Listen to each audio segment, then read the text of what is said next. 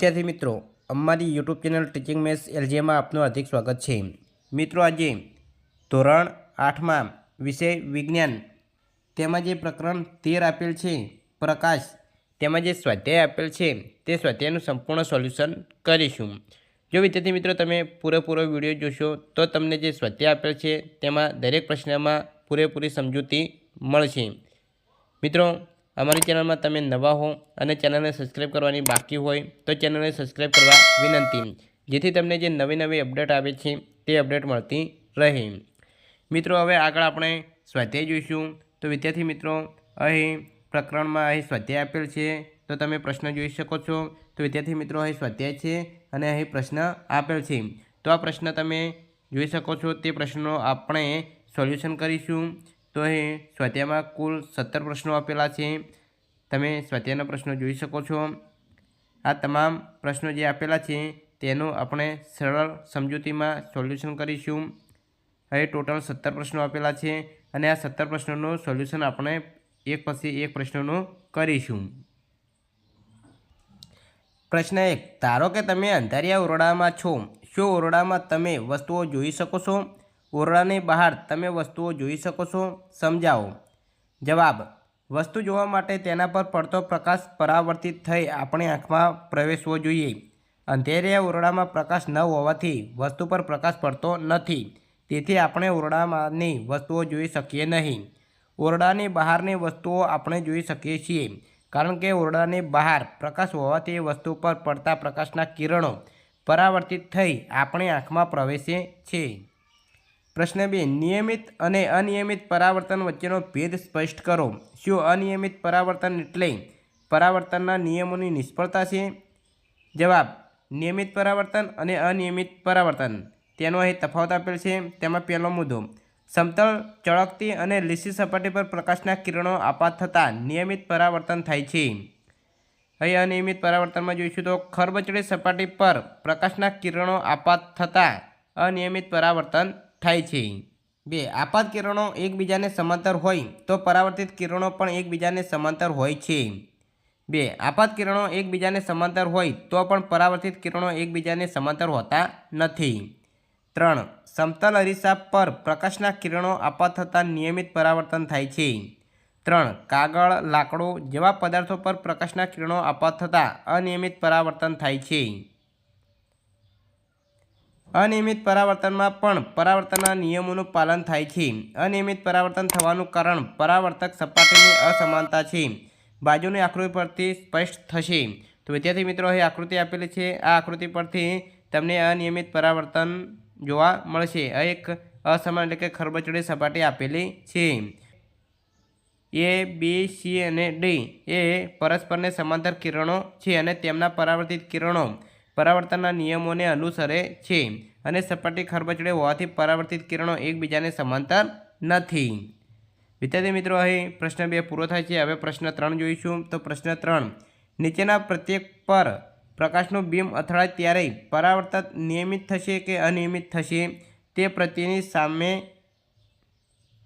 પ્રત્યેકની સામે લખો। તમારા ઉત્તરની યથાર્થતા ચકાસો। તો અહીં વિદ્યાર્થી મિત્રો, અહીં અલગ અલગ પદાર્થો આપેલા છે, તેમાં 1 છે ચકચકિત લાકડાનું ટેબલ, 2 ચોકનો ભૂકો, 3 કાર્ડબોર્ડની સપાટી, 4 પાણી ફેલાયેલા આરસનું ભોંયતળિયું, 5 અરીસો અને 6 કાગળનો ટુકડો। તો આપણે જવાબ જોઈશું। તેમાં 1 ચકચકિત લાકડાના ટેબલ પરથી નિયમિત પરાવર્તન થશે, કારણ કે ટેબલની સપાટી લીસી અને ચકચકિત છે। 2, ચોકના ભૂકા પરથી અનિયમિત પરાવર્તન થશે, કારણ કે ચોકના ભૂકાની સપાટી અસમતલ સપાટી નહીં તેવી છે।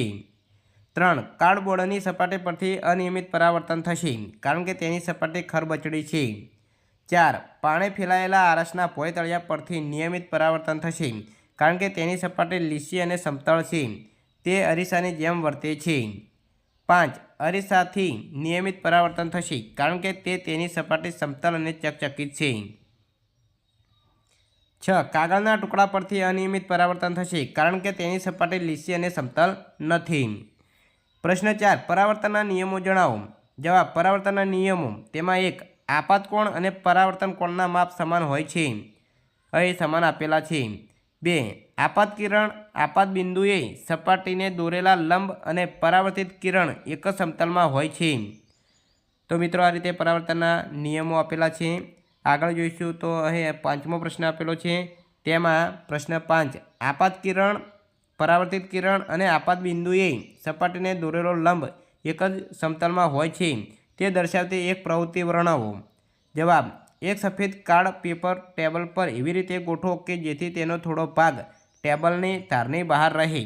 પેપરના બહાર નીકળેલા ભાગ પર નાનો કાપો મૂકો। એક સરખા દાંતાવાળો કાંસકો લો, તેના મધ્ય ભાગ સિવાયના બધા દાંતા કાળા કાગળની પટ્ટી વડે બંધ કરો। કાંસકાને પેપર પર લંબરૂપે રહે તેમ પકડો। કાંસકાની એક બાજુથી દાંતામાંથી ટોર્ચ દ્વારા પ્રકાશ ફેંકો। ટોર્ચ અને કાંસકાને એવી રીતે ગોઠવો કે જેથી કાંસકાની બીજી બાજુ પેપર પરનો પ્રકાશનું કિરણ જોઈ શકો। પેપર પર પ્રકાશનો લીસોટો દેખાય। પ્રકાશના કિરણના માર્ગમાં એક સમતલ અરીસાની પટ્ટી મૂકો।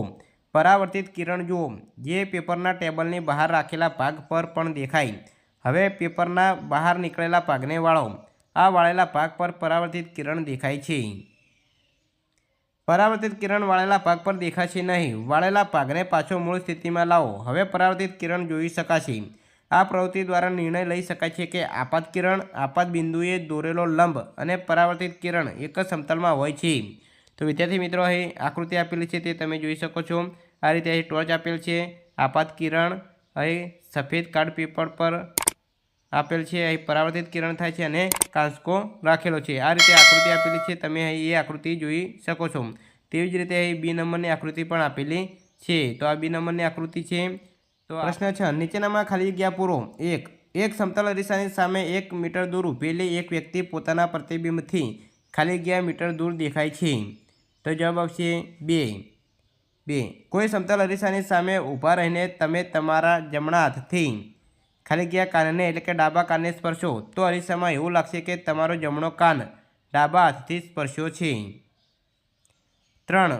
જ્યારે તમે ઝાંખા પ્રકાશને જુઓ છો ત્યારે કીકીનું કદ વધે છે।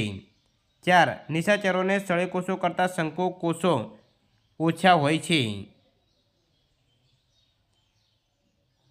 પ્રશ્ન 7 અને 8માં યોગ્ય વિકલ્પ પસંદ કરો। પ્રશ્ન 7 આપાત કોણ અને પરાવર્તન કોણ સમાન હોય છે? તો 4 ઓપ્શન આપેલા છે, એમાં જવાબ એ છે હંમેશા। પ્રશ્ન 8 સમતલ અરીસાથી રચાતો પ્રતિબિંબ ખાલી જગ્યા હોય છે? તો વિદ્યાર્થી મિત્રો, અહીં 4 ઓપ્શન આપેલા છે, તેમાં સાચો જવાબ છે 2, એટલે કે આભાસી અરીસાની પાછળ અને વસ્તુના કદ જેટલું। પ્રશ્ન નંબર 9 કેલિડોસ્કોપની રચના વર્ણવો। જવાબ: અહીં રચના આપેલી છે, તેમાં અલગ અલગ મુદ્દા આપેલા છે। તેમાં પહેલો મુદ્દો, કેલિડોસ્કોપમાં અરીસાની લગભગ 15 સેન્ટીમીટર લાંબી અને 4 સેન્ટીમીટર પહોળો લંબચોરસ આકારની 3 સમાન પટ્ટીઓ હોય છે। 2. ત્રણેય અરીસાની ચળકતી સપાટી એકબીજાની સામે રહે તેમ જોડી પ્રિઝમ જેવી રચના કરેલ હોય છે। 3. પ્રિઝમને વર્તુળાકાર કાર્ડબોર્ડની નળીમાં બંધબેસતી ગોઠવાયેલી હોય છે। નળીની લંબાઈ પ્રિઝમની લંબાઈ કરતાં થોડી વધારે હોય છે। 4. નળીના એક છેડાને મધ્યમાં છિદ્ર હોય તેવી કાર્ડબોર્ડની તકતી વડે બંધ કરેલ હોય છે।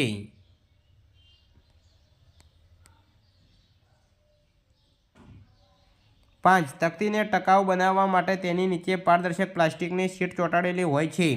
6. નળીના બીજે છેડે એક સાદો કાચ અને એક દ્વિતીય કાચ એકબીજાથી થોડા અંતરે રહે તેમ ગોઠવાયેલા હોય છે। આ બંને કાચની વચ્ચે રંગીન કાચના લાકડા રાખેલા હોય છે। પ્રશ્ન 10 મનુષ્ય આંખની નામ નિર્દેશનવાળી આકૃતિ દોરો।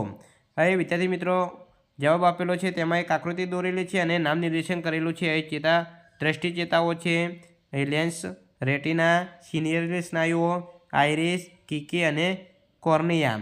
આ રીતે આકૃતિ દોરી અને નામ નિર્દેશન કરવાનું હોય છે। પરીક્ષામાં પણ પૂછાઈ શકે છે, એટલે મોસ્ટ એમપી પ્રશ્ન કહી શકાય। પ્રશ્ન 11 ગુરમીત નામની છોકરી લેઝર ટોર્ચનો ઉપયોગ કરીને પ્રવૃત્તિ 16.8 કરવા ઈચ્છતી હતી। તેના શિક્ષકે તેને તેમ ન કરવાની સલાહ આપી। શું તમે શિક્ષકની સલાહનો આધાર સમજાવી શકો? જવાબ: લેઝર ટોર્ચનો પ્રકાશ આંખ માટે હાનિકારક છે। તેનાથી આંખને કાયમી ખામી થવાની શક્યતા છે। કદાચ તે દ્રષ્ટિ પણ ગુમાવે। આમ શિક્ષકની સલાહ યોગ્ય હતી। પ્રશ્ન 12 તમે કેવી રીતે તમારી આંખોની સંભાળ લઈ શકો? સમજાવો। જવાબ: આંખોની સંભાળ લેવા 1. બહુ જ ઓછા અથવા બહુ જ વધારે પ્રકાશમાં વાંચવું જોઈએ નહીં. 2. સૂર્ય કે શક્તિશાળી પ્રકાશ તરફ સીધું જોવું જોઈએ નહીં. 3. આંખોને ક્યારેય ચોળવી જોઈએ નહીં. 4. યોગ્ય દ્રષ્ટિ માટે હંમેશા સામાન્ય અંતર રાખીને વાંચવું જોઈએ. 5. આંખની તકલીફ હોય તો આંખના ડૉક્ટરની સલાહ લેવી. પ્રશ્ન 13. જો પરાવર્તિત કિરણ આપાત કિરણ સાથે 90 અંશનો કોણ બનાવે તો આપાત કોણ કેટલો હોય? જવાબ: આપાત કોણ 45 અંશનો હોય. સમજૂતી: પરાવર્તનના નિયમ મુજબ અહીં વિદ્યાર્થી મિત્રો આપેલું છે તે તમે જોઈ શકો છો.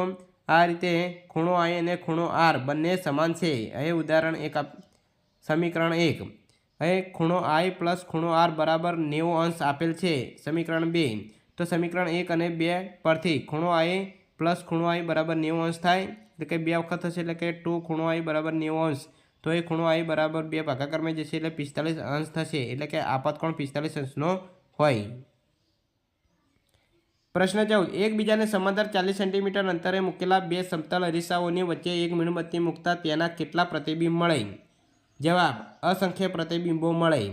પ્રશ્ન 15. બે અરીસાઓ એકબીજાને 90 અંશના કોણે ગોઠવેલા છે. આકૃતિમાં દર્શાવ્યા પ્રમાણે પ્રકાશનું એક કિરણ અરીસા પર 30 અંશના કોણે આપાત થાય છે. બીજા અરીસા દ્વારા પરાવર્તિત થતું કિરણ દોરો. તો વિદ્યાર્થી મિત્રો અહીં જવાબ આપેલો છે. તો પ્રશ્ન આકૃતિ આપેલી છે આ રીતે, અને એનો જવાબ આ રીતે આપેલો છે. તો વિદ્યાર્થી મિત્રો તમે આ રીતે જવાબ લખી શકો છો. તો અહીં આપાત કિરણ છે, બીજા અરીસા વડે પરાવર્તિત કિરણ થાય છે. અહીં બીજા અરીસા વડે આપાત કિરણ છે અને પરાવર્તિત કિરણ છે. આ રીતે વિદ્યાર્થી મિત્રો તમારે આકૃતિ દોરવાની રહેશે. પ્રશ્ન 16. આકૃતિમાં દર્શાવ્યા મુજબ ભુજો સમતલ અરીસાની બાજુ પર A પાસે ઊભો છે. શું તે પોતાને અરીસામાં જોઈ શકશે? શું તે P, Q, R પાસે મૂકેલી વસ્તુઓના પ્રતિબિંબ પણ જોઈ શકશે? તો એ પ્રશ્ન આકૃતિ આપેલી છે. તો અહીં એ સ્થાન ઉપર ભુજો છે, P, Q અને R જે દર્શાવેલા છે તે સ્થાને વસ્તુઓ પડેલી છે, અને અહીં અરીસો આપેલો છે. તો અહીં જવાબ આપેલો છે કે ભુજો પોતાને અરીસામાં જોઈ શકે નહીં. તે P અને Q આગળની વસ્તુઓને અરીસામાં જોઈ શકે, R આગળ મૂકેલી વસ્તુને અરીસામાં જોઈ શકશે નહીં. તો વિદ્યાર્થી મિત્રો અહીં જે સ્થાન હતા તેની આકૃતિ દર્શાવેલી છે. તો આ રીતે એ સ્થાન ઉપર ભુજો છે, P, Q અને આ સ્થાન ઉપર વસ્તુઓ પડેલી છે. તો વિદ્યાર્થી મિત્રો આ રીતે તે P અને Q વસ્તુને જોઈ શકશે, R વસ્તુને જોઈ શકશે નહીં. પ્રશ્ન 17. 1. A પર મૂકેલી કોઈ વસ્તુના સમતલ અરીસામાં હોય તેવા પ્રતિબિંબનું સ્થાન શોધો. 2. શું B પાસેથી પહેલી પ્રતિબિંબ જોઈ શકે છે? શું C પાસેથી ભુજો પ્રતિબિંબ જોઈ શકે છે? 4.